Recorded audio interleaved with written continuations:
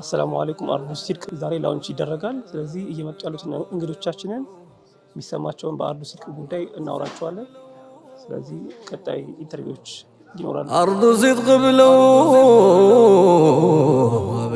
የዚህ ፊልም ርዕስ እንግዲህ የእውነት ምድር ስለሚሆን የእውነት ምድር ማለት ምን ማለት ነው? ለኢትዮጵያስ ለምን ይሄ ስያሜ የተሰጠ? በዛች ቀውጢ ሰዓት ላይ ነብዩ ሰለላሁ ዐለይሂ ወሰለም ዓለም አቀፋዊ መልእክት ይዘው ነው የመጡት። ክልላዊ ሳይሆን ዓለም አቀፋዊ ነው። የመጨረሻው ነብይ ናቸው። ስለዚህ ነብዩ ሰለላሁ ዐለይሂ ወሰለም በ613 ለውጥ በመውጩበት ሰዓት ላይ ለውጥ በፖለቲካ፣ ለውጥ በማህበራዊ፣ ለውጥ በሶሻል፣ ለውጥ በእምነት ባወጁበት ሰዓት ላይ ከፍተኛ ችግር ተከሰተ። ጥሪያቸውን መቀበሉም መተግበሩም ከፍተኛ ወንጀል ነበር። ሞት ያስከትላል፣ እስራት ያስከትላል፣ ንብረትን ማስወረስ ያስከትል ነበር። በዛ ጊዜ ላይ ነብዩ ሰለላሁ ዐለይሂ ወሰለም እንደ መጨረሻ ነብይነታቸው ያለፈውንም የነበረውንም የመጣውንም ሁሉንም አላህ ሱብሓነሁ ወተዓላ አሳውቋቸዋል። ስለዚህ ላ የንጢቁ ዐኒል ሀዋ ኢን ሁወ ኢላ ወሕዩ ዩሓ የሚለው ቁርአን አንቀጽ ለዚህ ከፍተኛ ምስክር ነው ማለት እንችላለን። በዛን ጊዜ እንዳልኩት ጥሪያቸውን መቀበሉ መተግበሩም ወንጀል ስለነበረ ለተከታዮቻቸው የሚጠለሉባት ቦታ ይሄ ያጋጠማቸው ችግር መፍትሄ እስከሚያገኝ ድረስ ወደ አንድ ቦታ ሄዳችሁ አትጠለሉም ወይ የሚለውን ጥቆማ ሰጧቸው። ያን ጊዜ ተከታዮቻቸው እንደነው በሀገራችን በወገኖቻችን ያጣነውን ፍትህና ሀቅ የት ነው የምናገኘው ብለው ተናገሩ ወይም ጠየቋቸው። ነብዩም ሰለላሁ ዐለይሂ ወሰለም ጣታቸውን ወደ ሀበሻ ቀስረው ሂዱ ወደ ሀበሻ ብለው ጠቆሟቸው። ሀበሻ ላይ ምን አለ የሚለውን ጥያቄ ሲያቀርቡላቸው ሀበሻ ፍትሃዊ ሐቀኛ ንጉስ አለ፣ በማንም ላይ በደል የማያደርስ እሱም በደል አያደርስም፣ ተከታዮችም በደል አያደርሱም፣ የእውነት ምድር ብለው ሰየሟት ሀበሻን።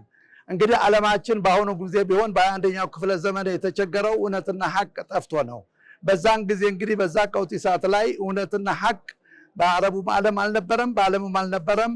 ስለዚህ እነኛ ተከታዮቻቸው ፍትህና ሐቅን ፍለጋ ወደ ሀበሻ አመሩ። እንደተጠቆሙትም ፍትህና ሐቅን በነጃሺ ቤተ መንግስት አገኙ። እውነትና ሐቅን እዚች ሀገር ነው ተግባራዊ ሆኖ ያገኙት።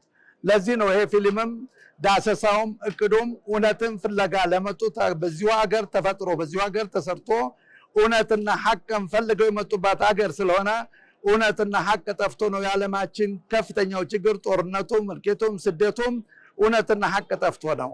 በዛን ጊዜ ግን ሀበሻ እውነትና ሐቅ ተግባራዊ ሆኖ ተገኘ።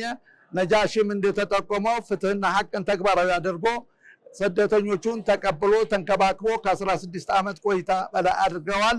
ወደ 15 ወንዶች 5 ሴቶች በዚህቸው ሀገር ተወልደው የኢትዮጵያ ዜግነትን ይዘዋል ማለት ነው። በዚህቸው ሀገር 10 ወንዶች 5 ሴቶች ሞተው አጽማቸውን የኢትዮጵያ መሬት አቅፋ ትገኛለች። እንግዲህ እውነትና ሐቅ እዚህ ሀገር ባይኖር ኑሮ ነብዩ ሰለላሁ ዐለይሂ ወሰለም ኃይል አግኝተው መካን እስከሚከፍቱ ድረስ በዚህ ቆይታ ባላደረጉ ነበር። የነጃሺ ሚና በዛች ቀውጢ ሰዓት ላይ ምን ነበር? ምን ይመስል ነበር? በነብዩ ጎን ሰለላሁ ዐለይሂ ወሰለም መቆሙ ምን አይነት ተልእኮ ነበረው? ምን አይነት ሚና ነበረው? ይሄ እውነትን ተግባራዊ አድርጎ ለነብዩ ድጋፍ መስጠት ሰለላሁ ዐለይሂ ወሰለም ከልጆቹ ጭምር ከሰራዊቱ ጭምር 7 ጊዜ ሰራዊት በመላክ ለነብዩ ድጋፍ እየሰጠ ኃይል አግኝተው መካን እስከሚከፍቱ ድረስ ትልቅ ሚና የተጫወተ ነበር። ስለዚህ እቺ ሀገር የእውነት ምድር የፍትህ ምድር መሆኗን የዛ የነብዩ ሰለላሁ ዐለይሂ ወሰለም ቃላት ለኛ ብቻ ነው የተሰጠው፣ ለሌላው ዓለም ምንም ነገር አልሰጠም። የዛ ውጤት ሳይሆን አይቀርም። በቅዱስ በቁርአን ላይ ማለት ነው 30 ቃላቶች በኢትዮጵያ ቋንቋ እናገኛለን፣ በሌላ ቋንቋ እናገኝም። 23 አንቀጾች ኢትዮጵያን የሚያሞግስ እናገኛለን ወይ ኢትዮጵያውያን፣ 27 የነብዩ ሐዲስ እናገኛለን። ወደ 30 የሚሆነ ልዩ አቋም ነብዩ ሰለላሁ ዐለይሂ ወሰለም ለሐበሾች የሰጡበት እናገኛለን። 82 የሚሆኑ ሐበሾች በነብዩ ዙሪያ ሆነው ነብዩ ችግራቸው እስከሚቀረፍ ድረስ አብሯቸው በጎናቸው ነበሩ ማለት እንችላለን። ስለዚህ የኛ ታሪክ ኡሙ አይመን እንደ እናት ሆና በጎናቸው በመቆም ቢላል እንደ ሙአዚን፣ ነጃሺ እንደ ንጉስ፣ ሀበሻ እንደ ሀገር ትልቅ ሚና ተጫውተናል ማለት ነው። ዛሬ ወደ 2 ቢሊዮን ሙስሊም አማኞችን ያፈራ እስልምና ሃይማኖት በዛ ቀውጢ ሰዓት ላይ የኛ እንደ ንጉስም እንደ ሀገርም ቀላል ሚና አልነበረም ማለት እንችላለን። ፊልሙ ይሄንን የሚዳስስ ይሄን የሚያቀናብር መሆኑን እንግዲህ የሁሉም ተሳትፎ የሚጠይቅ ነው። ኢንሻአላህ እውነት ሐቅ የሆነች ምድር እዚች ሀገር ላይ ይሄ ፊልም ሲሰራ ደግሞ ለዚች ለኢትዮጵያ ትልቅ ታሪክ ነው።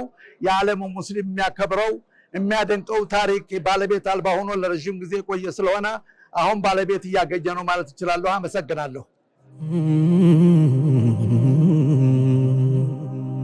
ዛሂበ ለዘንን ካባው ላይ ያወጡ አርዱ ሲድቅ ብለው አርዱ ሲድቅ እጅግ በጣም የተዘነጋ ግን ደግሞ ዓለም የሚያከብረው ክስተታችን ነው። ለኛ ከአላህ የተሰጠ ትልቅ ስጦታችን ነው። እንደ ስጦታ ግን ያሰብነው ስላልነበረ ሁሉም ሰው የረሳው ሁሉም ሰው የተወው ጉዳይ ሆኖ ብዙዎቻችንን እንደው ይሄ ነገር መቼ ነው የሚነሳው ብለን እንድንጠይቅ ማን ነው ሊያነሳው የሚችለው ብለን እንድንጠይቅ የሆነ ክስተት ነበረ። ምናልባት ይሄ ክስተት ለሌሎች ሀገሮች የተሰጠ ሆኖ ቢሆን በነበር ሁሉም ሰው ያ ክስተት ወይም ያ የቁርአን አያ ወይም ደግሞ ረሱላህ ሰለላሁ ዐለይሂ ወሰለም ለሂዶ ወደ ሀበሻ ብለው የተናገሩበትን ቀን በዓል አድርገው ሊይዙበት የሚችሉበት ጉዳይ የነበረ ጉዳይ ነው። ግን ሁሉም ጊዜውን ጠብቆ ነው የሚሆነውና ዛሬ በሁነኛ እጅ ላይ ይሄ ሐሳብ መነሳቱን ስላየው እጅግ በጣም ደስተኛ ሆኛለሁ። እንደምታየው ቀድሜ ነው የመጣሁት። ያንንም ለመምሰል ሞክሬያለሁ። እንደምትመለከቱ ሙሐመድ ረሱሉላህ አላሁ አክበር አላሁ አክበር ዛሂበ ለዘንን ካባው ላይ ያወጡ እንግዲህ አርዱ ሲድቅ ተብሎ ወንድማችን ኢሳም መጥቷል። በጣም ሰፊ ሐሳብ ነው። ይሄ ሐሳብ እንደ ትልቅነቱ የሚመጥነው ስራ ሊሰራ ይገባል። የሚመጥነውን ስራ ደግሞ በግለሰብ ደረጃ ለብቻው መስራት የሚችለው ጉዳይ አይደለምና ይህንን ጉዳይ ነው የምትሉ ኢትዮጵያውያንና ኢትዮጵያውያት በሙሉ ከጎኑ እንድትቆሙ ስል ጥሬን ማስተላለፍ እወዳለሁ። አመሰግናለሁ።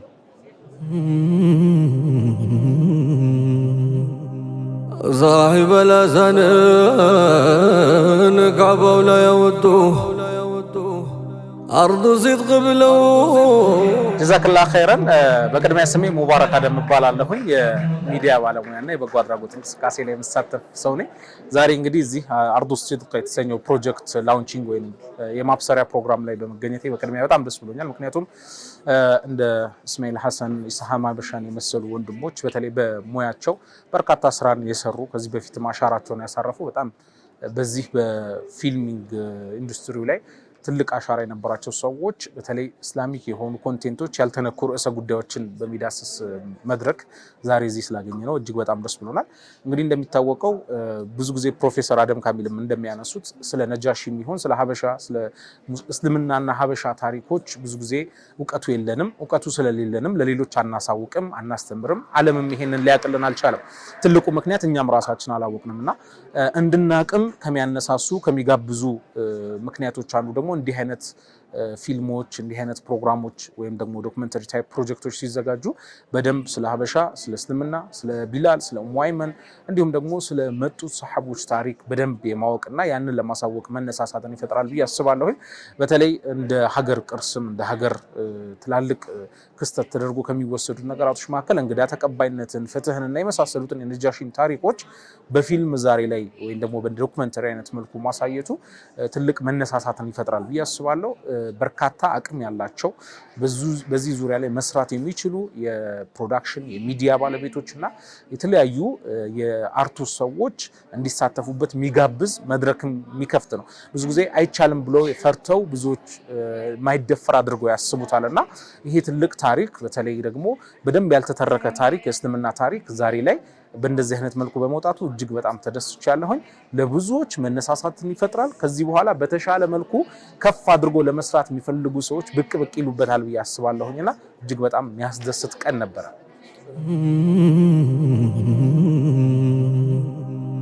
ዛሂበ ለዘንን ካባው ላይ ያወጡ አርዱ ሲድቅ ብለው እንግዲህ በአጠቃላይ እንደ መልእክት ማስተላለፈው ምንድነው በዚህ ጉዳይ ላይ ያው ከ2 ዓመት በላይ እንደተለፋበት ነው መድረኩ ላይ ስንሰማ የነበረውና ይሄ ሁሉ ልፋትና ድካም ደግሞ ከንቱ እንዳይቀር የተለያዩ ባለድርሻ አካላቶች የኢትዮጵያ እስልምና ጉዳዮች ሊሆን ይችላል የሃይማኖት አባቶች ሊሆን ይችላል በዚህ በሚዲያው ዘርፍ ላይ የሚንቀሳቀሱ ብዙዎች ከዚህ 724 ሚዲያ ጎን ቆሞ ይሄ ፕሮጀክት ለዓለም ላውንች የሚደረግ አሁን እዚህ ስሞል ሰርክል ወይንም ደግሞ በአዳራሽ ነው ላውንች እየተደረገ ያለውና በተሻለ መልኩ ለዓለም መድረስ የሚችልበት መንገድ ላይ ከጎኑ በመቆም ከወንድም እስማኤል ሐሰን የሚሆን ሌሎች ክሩ አባላት ጋር በደንብ መታገዝ አለበት ብዬ አስባለሁ በተሻለ መልኩ ለዓለም በተለያዩ ቋንቋዎች ዓለም ላይ ባሉ ቋንቋዎች ሁሉ ስለ ነጃሺ ስለ ቢላል ስለ ኡሙ አይመንና ስለ እንግዳ ተቀባይነት ስለ ሀበሻ የሚያወራ ትልቅ ስራ መስራት ይቻላል ብዬ አስባለሁ አላህ Subhanahu Wa Ta'ala ኸይር ስራቸውን ይቀበላቸው እዚህ ጉዳይ ላይ የለፉ የደከሙትን ሁሉ አላህ ይቁጠርላቸው ጉልበታቸው ፍሬ አፍርቶ ደግሞ ለብዙዎች መነሻ እንዲሆንላቸው ምኞቴ ነው አመሰግናለሁ صاحب الأذان كعبة ولا يودوه أرض صدق بلو